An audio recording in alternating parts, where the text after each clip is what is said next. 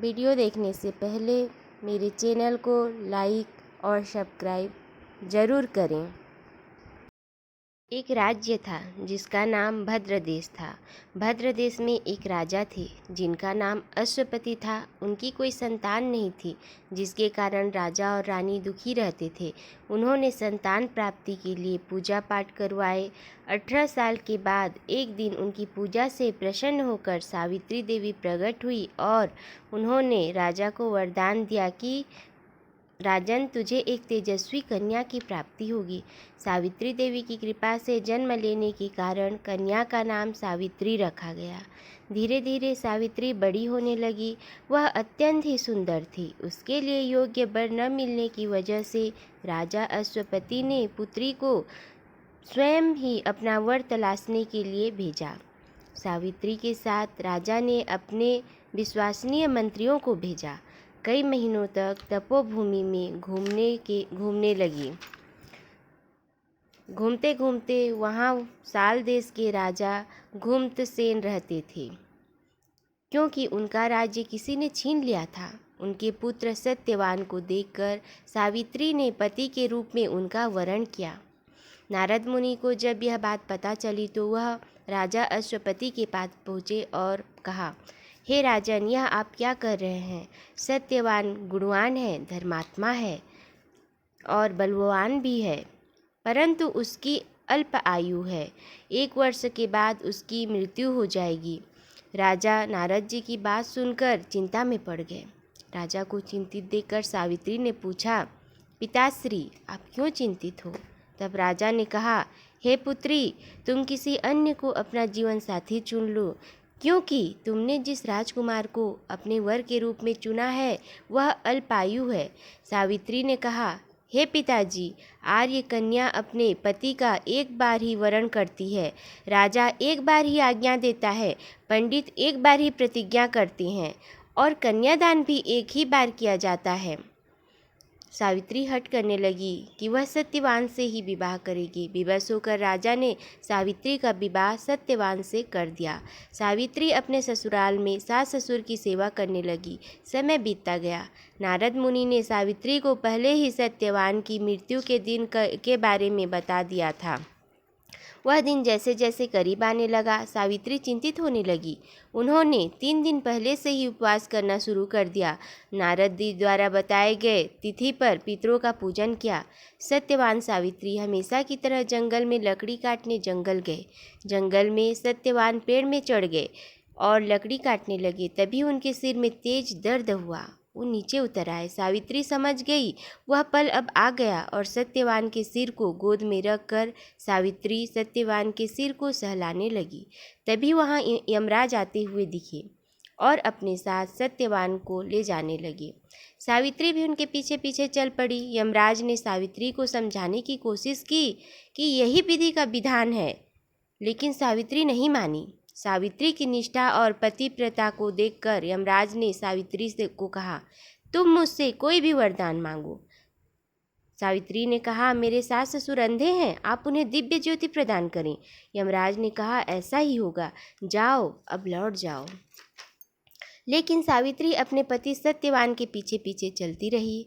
यमराज ने कहा, हे देवी, तुम वापस जाओ। सावित्री ने कहा, हे भगवान, मुझे अपनी पति देव के पीछे पीछे चलने में कोई परेशानी नहीं है।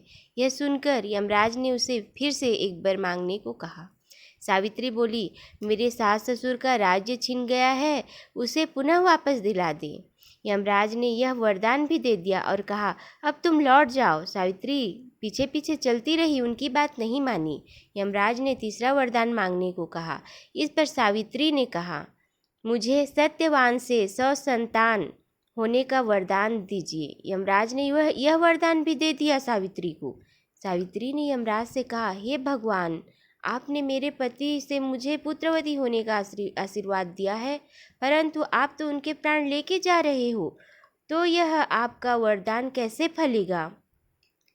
या तो आप अपना वरदान वापस ले लीजिए या मेरे पति के प्राण वापस कर दीजिए। चूँकि एक बार दिया हुआ वरदान वापस नहीं ले सकते, इसलिए यमराज को सत्यवान के प्राण छोड़ने पड़े, क्योंकि बिना सत्यवान के सावित्री को पुत्र कैसे होता। यमराज गायब हो गए और सावित्री उसी वृक्ष के नीचे आ गई जिस बड़ वृक्ष के नीचे उनके पति का मृत शरीर पड़ा था। सत्यवान जीवित हो गए और दोनों खुशी खुशी अपने राज्य की ओर चल पड़े। घर पहुंचने पर देखा कि माता पिता को दिव्य ज्योति प्राप्त हो गई है। इस तरह से सत्यवान सावित्री अनंत काल तक राज्य का सुख भोगते रहे। यह व्रत सभी स्त्री अखंड सौभाग्य के लिए करते हैं। चलिए अब जान लेते हैं पूजा के लिए आवश्यक सामग्री। आंवला, कच्चे आंवले हो या सूखे आंवले, आंवले के पत्ते, हल्दी 7 नग सूखे हुए या कच्चा हल्दी, कलश, आम का पत्ता, नारियल, दुर्वा 108 पीस जिसे हम धागे में बांध देंगे, अरवा चावल जो बिना टुकड़ा हुए 108 नग, चूड़ी, लाख का चूड़ी 7 पीस, मौली और एक प्रकार का धागा आता है जिसे व्रत बोलते हैं, वो भी 7 पीस, पलाश का पत्ते से बना हुआ दोना जिसमें विभिन्न प्रकार के फल होंगे, फूल। इस तरह से हम अपना थाली सजा लेंगे। सिंदूर, रोली, कुमकुम, चंदन। चूँकि यह कहानी जंगल में वट वृक्ष के नीचे शुरू हुआ होता है, इसीलिए इसकी पूजा का विधान भी वट वृक्ष के नीचे ही किया जाता है। इस दिन स्त्रियां सुबह से उठ के नहा धो के 16 श्रृंगार कर लेती हैं और वट वृक्ष के पास जाते हैं। वहाँ गोल बैठ के पूजा पाठ आरंभ करते हैं। वृक्ष में दूध, पानी, जल इत्यादि चढ़ाते हैं और वट सावित्री की कथा श्रद्धापूर्वक सुनते हैं।